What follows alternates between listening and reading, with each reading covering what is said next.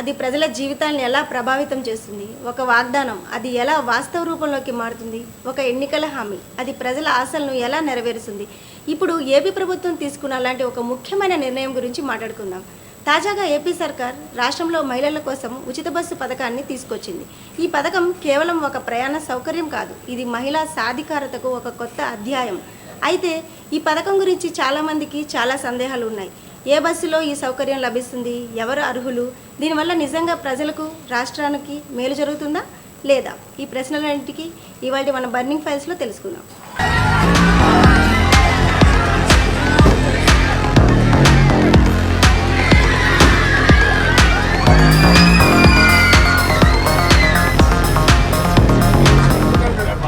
ఏపీలో కూటమి సర్కార్ సూపర్ 6 పథకాలతో అత్యంత ప్రాధాన్యం ఉన్న స్త్రీ శక్తి పథకాన్ని ఇవాళ శ్రీకారం చుట్టింది. ఇది కేవలం ఒక ఉచిత బస్సు ప్రయాణం కాదు, మహిళల ఆర్థిక భారాన్ని తగ్గించి వారికి మరిన్ని అవకాశాలు కల్పించే ఒక గొప్ప లక్ష్యంతో ప్రారంభించారు. మరి ఉచిత ప్రయాణ పథకం ఏ బస్సులో వర్తిస్తుంది, ఏ బస్సుల్లో వర్తించదు? ఈ పథకం లక్ష్యం ఏంటి? ఎవరెవరు ఈ పథకానికి అర్హులు? ఇప్పుడు తెలుసుకుందాం. ఆంధ్రప్రదేశ్లో కూటమి ప్రభుత్వం తన ఎన్నికల హామీల అమలులో మరో కీలక ముందడుగు వేసింది. సూపర్ 6 పథకాలలో అత్యంత ప్రాధాన్యం ఉన్న స్త్రీ శక్తి పథకానికి నేడు శ్రీకారం చుట్టింది. ఈ పథకం కింద రాష్ట్ర వ్యాప్తంగా మహిళలు, యువతులు, థర్డ్ జెండర్లకు ఆర్టీసీ బస్సుల్లో ఉచిత ప్రయాణ సౌకర్యం కల్పించనుంది.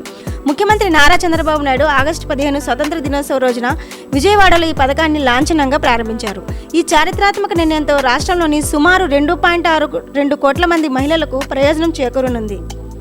స్త్రీ శక్తి ఈ పేరులోనే మహిళల పట్ల ప్రభుత్వానికి ఉన్న గౌరవం, వారికి ఆర్థికంగా వెన్నుదన్నుగా నిలబడాలన్న సంకల్పం కనిపిస్తుంది. ఈ పథకం ప్రారంభించిన వెంటనే మహిళా లోకంలో ఒక ఉత్సాహం, ఆనందం వెల్లివిరిసింది. ఉద్యోగాలకు వెళ్లే మహిళలు, స్కూళ్లకు, కాలేజీలకు వెళ్లే విద్యార్థినులు, రోజువారీ కూలీ పనులకు వెళ్లే పేద మహిళలు, వీరందరికీ ఇది ఒక వరంలా మారింది. ఈ పథకం యొక్క ముఖ్య ఉద్దేశం కేవలం ఉచిత ప్రయాణం అందించడం మాత్రమే కాదు, మహిళలకు సురక్షితమైన, సౌకర్యవంతమైన ప్రయాణాన్ని అందించడం. దీనివల్ల వారి ప్రయాణ ఖర్చు గణనీయంగా తగ్గుతుంది. ఆ డబ్బును వారు తమ కుటుంబ అవసరాల కోసం లేదా పిల్లల చదువుల కోసం ఉపయోగించవచ్చు. ఈ పథకం ఏపీలోని మహిళలందరికీ వర్తిస్తుంది. ఇది పల్లె వెలుగు, ఆల్ట్రా పల్లె వెలుగు, ఎక్స్ప్రెస్ బస్సులు, నగరంలోని సిటీ బస్సు, మెట్రో ఎక్స్ప్రెస్ లాంటి ఆర్డినరీ బస్సుల్లో అమలులోకి వచ్చింది. అయితే ఏసీ బస్సులు, వెన్నెల, గరుడ వంటి విలాసవంతమైన ప్రత్యేక బస్సులకు ఈ పథకం వర్తించదు. ఈ పథకం ద్వారా విద్యార్థినులు, గృహిణులు, ఉద్యోగినులు ఇలా వయస్సు, సామాజిక స్థితితో సంబంధం లేకుండా ప్రతి మహిళ కూడా ఆర్టీసీ బస్సులో ఉచిత ప్రయాణం చేయొచ్చు. దీనివల్ల ఆర్టీసీకి అయ్యే ఖర్చును ప్రభుత్వం భరిస్తుంది. ఇది ఆర్టీసీ ఆదాయానికి ఎటువంటి నష్టం కలగకుండా చూడటానికే. ఈ పథకం ద్వారా మహిళలు నిత్యం తమ పనుల కోసం బయటకు వెళ్లే అవకాశం ఎక్కువ అవుతుంది. తద్వారా వారు మరింత ఆర్థికంగా, సామాజికంగా బలోపేతం అవుతారు అని ప్రభుత్వం విశ్వసిస్తుంది. ఈ పథకం ఆంధ్రప్రదేశ్ చరిత్రలో ఒక మైలురాయిగా నిలిచిపోతుందని నిస్సందేహంగా చెప్పవచ్చు. మహిళలకు ఉచిత బస్సు ప్రయాణం అనేది ఒక గొప్ప ఆలోచన. కానీ ఫ్రీ టికెట్ పొందాలంటే ఏం చేయాలి? దానికి ఆధార్ కార్డు ఉంటే సరిపోతుందా? దానిపై ఖచ్చితంగా ఏపీ అడ్రస్ ఉండాలా? ఈ పథకం ఎవరికి వర్తిస్తుంది, ఎవరికి వర్తించదు అనే దానిపై ప్రభుత్వం చేపట్టిన నిబంధనల గురించి మరింత లోతుగా తెలుసుకుందాం. స్త్రీ శక్తి కింద ఉచిత బస్సు ప్రయాణం పొందాలంటే కొన్ని ప్రాథమిక నిబంధనలను పాటించాల్సి ఉంటుంది. ఈ నిబంధనలు ఈ పథకాన్ని అర్హులైన వారికి మాత్రమే అందేలా రూపొందించారు. ముందుగా ఈ పథకం ఏపీలో శాశ్వత నివాసం ఉన్న మహిళలకు మాత్రమే వర్తిస్తుంది. అంటే మీరు ఈ ఉచిత ప్రయాణం పొందాలంటే మీరు ఏపీలో నివసించే మహిళ అయి ఉండాలి. ఈ విషయాన్ని ధృవీకరించడానికి మీరు బస్సు ఎక్కిన వెంటనే కండక్టర్కు Aadhaar card, voter ID, ration card వీటిలో ఏదైనా ఒకటి చూపించాల్సి ఉంటుంది. ఆ కార్డుపై ఉన్న చిరునామా ఆధారంగా మీరు ఏపీ నివాసిని నిర్ధారించుకుంటారు. ఒకవేళ మీరు చూపించే కార్డుపై ఏపీ చిరునామా లేకపోతే మీరు ఉచిత ప్రయాణానికి అర్హులు కాదు. ఇది ఇతర రాష్ట్రాల మహిళలకు ఈ పథకాన్ని వర్తింపజేయకుండా ఉండడానికి ప్రభుత్వం తీసుకున్న ఒక కీలకమైన చర్య. కండక్టర్ మీ ఐడి కార్డు చూసి మీకు 0 రూపీస్ టికెట్ ఇస్తారు. ఈ టికెట్లో మీ వయసు, మీరు ఎక్కడి నుంచి ఎక్కడి వరకు వెళ్తున్నారనే వివరాలు నమోదు చేస్తారు. దీనివల్ల ఎంతమంది మహిళలు ఈ పథకాన్ని వాడుకుంటున్నారు, ఆర్టీసీకి ఎంత ఖర్చు అవుతుంది అనే విషయాలు ప్రభుత్వానికి స్పష్టంగా తెలుస్తాయి. భవిష్యత్తులో ఈ పథకాన్ని మరింత సమర్థవంతంగా అమలు చేయడానికి ఈ డేటా చాలా ఉపయోగపడుతుంది. ప్రత్యేకంగా వేరే ఐడి కార్డులు చూపించాల్సిన అవసరం లేదు, ఆధార్ కార్డు ఒక్కటి చాలు. అయితే ఈ నిబంధనల వెనుక ఉన్న ఉద్దేశం పథకం యొక్క ప్రయోజనాలకు ఆంధ్రప్రదేశ్ మహిళలకు మాత్రమే పరిమితం చేయడం, పథకం అమలులో పారదర్శకతను పెంచడమే. అలాగే ఏపీకి తాత్కాలికంగా వచ్చిన మహిళలకు లేదా ఇతర రాష్ట్రాల నుంచి వచ్చిన మహిళలకు ఈ పథకం వర్తించదు. ఈ నియమాలు కొన్నిసార్లు ఇబ్బందులు కలిగించినా పథకం యొక్క లక్ష్యాన్ని కాపాడటానికి అవి అవసరమని ప్రభుత్వం భావిస్తుంది. మహిళలకు ఉచిత బస్సు ప్రయాణం పథకం వినడానికి చూడటానికి చాలా బాగుంది. కానీ దీనివల్ల నిజంగా ప్రజలకు ఉపయోగం ఉందా లేదా? ఈ పథకం ప్రజలకు ఆనందాన్ని ఇస్తుందా లేదా? ఈ పథకం అమలు చేయడం వల్ల ఎదురయ్యే సమస్యలు ఏంటి, లాభ నష్టాలు ఏంటి, ఇప్పుడు తెలుసుకుందాం. ఏపీలో ప్రారంభమైన ఫ్రీ బస్ స్కీమ్ వల్ల లాభాలు నష్టాలు రెండూ ఉన్నాయి. ఈ పథకం వల్ల చాలా సానుకూల ఫలితాలు ఉంటాయని ప్రభుత్వం ఆశిస్తుంది. ముఖ్యంగా ఆర్థికంగా వెనుకబడిన మధ్యతరగతి కుటుంబాలకు చెందిన మహిళలకు ఇది ఒక పెద్ద ఊరట.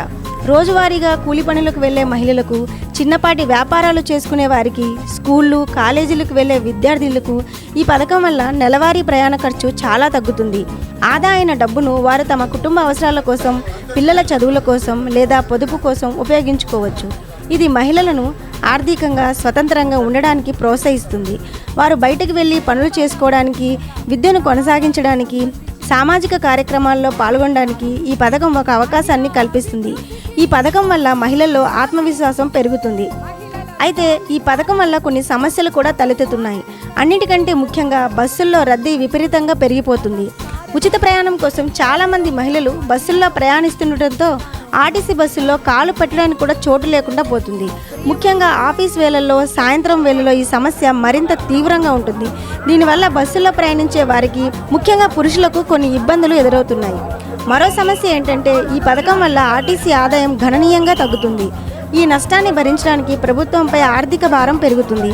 ఈ భారం దీర్ఘకాలంలో ఆర్టీసీ నిర్వహణపై, కొత్త బస్సుల కొనుగోలుపై, ఉద్యోగుల జీతాలపై ప్రభావం చూపే అవకాశం ఉంది. ఈ లాభాలు నష్టాల గురించి ఇప్పుడు రాష్ట్రంలో విస్తృతంగా చర్చ నడుస్తుంది. ప్రజలు ఈ పథకాన్ని స్వాగతిస్తున్నప్పటికీ రద్దీ, ఇతర నిర్వహణ సమస్యలను కూడా ప్రభుత్వం వెంటనే పరిష్కరించాలని కోరుకుంటున్నారు. ఢిల్లీ, కర్ణాటక, తెలంగాణ, ఇప్పుడు ఏపీ మహిళలకు ఫ్రీగా ఆర్టీసీ ప్రయాణం కల్పిస్తున్న రాష్ట్రాలు ఇవే. ఫ్రీ జర్నీతో ఆర్టీసీకి రావాల్సిన ఆదాయాన్ని ప్రభుత్వమే భరిస్తుంది. కానీ ఇలాంటి ఉచిత పథకాలు సరైనవేనా, ఉండాలా వద్దా అని చాలామంది మేధావులు ప్రశ్నిస్తున్నారు. ఇలాంటి ఉచిత పథకాలు ఆర్థిక వ్యవస్థకు మంచివేనా కాదా? ఉచిత పథకాలు అనే అంశంపై భారతదేశంలో ఎప్పటి నుంచో తీవ్రమైన చర్చ జరుగుతుంది. ఇలాంటి పథకాలు ఒకవైపు ప్రజలకు మంచివిగా అనిపించినా మరోవైపు దేశ ఆర్థిక వ్యవస్థపై దీర్ఘకాలంలో భారం పెంచుతాయి. ఉచిత పథకాలు ప్రజల జీవితాలను మెరుగుపరుస్తాయి, పేదరికాన్ని తగ్గించడానికి సహాయపడతాయి. ప్రజల ఆదాయాన్ని పెంచి సమాజంలో ఆర్థిక సమానత్వాన్ని తీసుకురావడానికి ఇవి మంచి మార్గం. ముఖ్యంగా పేద, మధ్యతరగతి కుటుంబాలకు చెందిన మహిళలకు, రైతులకు, విద్యార్థులకు ఇలాంటి పథకాలు ఒక పెద్ద ఊరటను ఇస్తాయి. వారు తమ ఆదాయంలో ఎక్కువ భాగాన్ని ప్రయాణం, విద్య, వైద్య వంటి అవసరాల కోసం ఖర్చు చేయాల్సిన అవసరం ఉండదు. ఇది వారి జీవన ప్రమాణాలను మెరుగుపరుస్తుంది. అయితే ఇలాంటి పథకాల వల్ల కొన్ని తీవ్రమైన సమస్యలు కూడా ఉన్నాయి. ముఖ్యంగా ఆర్థిక భారం. ఈ పథకాల వల్ల ప్రభుత్వానికి ఖర్చు గణనీయంగా పెరుగుతుంది. ఈ ఖర్చును భరించడానికి ప్రభుత్వం అప్పులు చేయాల్సి వస్తుంది లేదా ఇతర అభివృద్ధి కార్యక్రమాలకు నిధులు తగ్గించాల్సి వస్తుంది. అప్పులు ఎక్కువైనప్పుడు దేశ ఆర్థిక వ్యవస్థపై భారం పెరుగుతుంది. భవిష్యత్తులో ప్రజలపై పన్నులు పెంచాల్సి వస్తుంది లేదా ఆర్థిక వ్యవస్థలో అస్థిరత ఏర్పడవచ్చు. ఆర్థిక నిపుణులు ఈ అంశంపై భిన్నమైన అభిప్రాయాలు వ్యక్తం చేస్తున్నారు. కొందరు ఉచిత పథకాలు పేదరికం తగ్గించడానికి అవసరమని వాదిస్తుండగా మరికొందరు ఇవి దేశాన్ని అప్పుల ఊబిలోకి నెట్టేస్తాయని ఆందోళన వ్యక్తం చేస్తున్నారు. ఈ పథకాలను పూర్తిగా వదిలేయడం కూడా మంచిది కాదు. ఎందుకంటే సమాజంలో ఇంకా చాలా మందికి ఆర్థిక సహాయం అవసరం ఉంటుంది. కానీ ప్రభుత్వం ఇలాంటి పథకాలకు అమలు చేసేటప్పుడు చాలా జాగ్రత్తగా ఒక సమగ్ర ప్రణాళికతో ముందుకు వెళ్ళాలి. ఈ పథకాలు కేవలం ఎన్నికల హామీలు కాకుండా ప్రజల జీవితాలను నిజంగా మెరుగుపరచడానికి ఉపయోగపడాలి. ప్రభుత్వం ఆర్థిక వ్యవస్థను జాగ్రత్తగా చూసుకుంటూనే ఇలాంటి పథకాలను అమలు చేయాలి.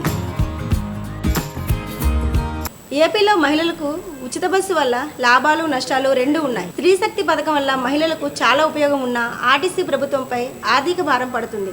భవిష్యత్తులో ఈ పథకం ఎలా ఉంటుంది? ప్రభుత్వం ఈ పథకాన్ని ఎలా అమలు చేస్తుంది? ఇలాంటి ఉచిత పథకాల గురించి మీ అభిప్రాయం ఏంటి? కామెంట్స్ రూపంలో మాకు తెలియజేయండి. ఈ వీడియో మీకు నచ్చిందని భావిస్తున్నాం. మరిన్ని ట్రెండింగ్ వీడియోల కోసం News18 తెలుగు ఛానల్ని సబ్స్క్రైబ్ చేయండి. Thank you.